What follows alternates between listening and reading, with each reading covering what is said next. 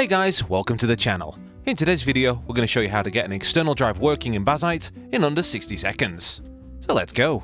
In the menu, go to Power, and then switch to Desktop. Once in, we hit the KDE Partition Manager.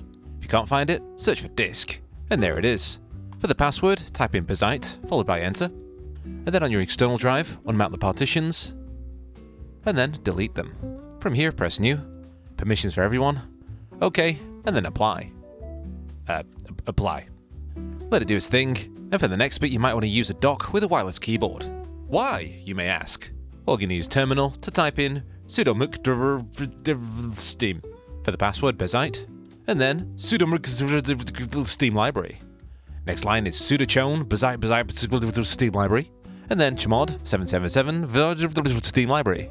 Bring back the KDE Partition Manager, type the password, unmount, and then right-click and edit mount point. For the path, you want var steam library, save changes, leave, then log out, and now you can use all your space in Bazzite. Yeah. If you found this video helpful, please whack the like, and we also have some more videos too.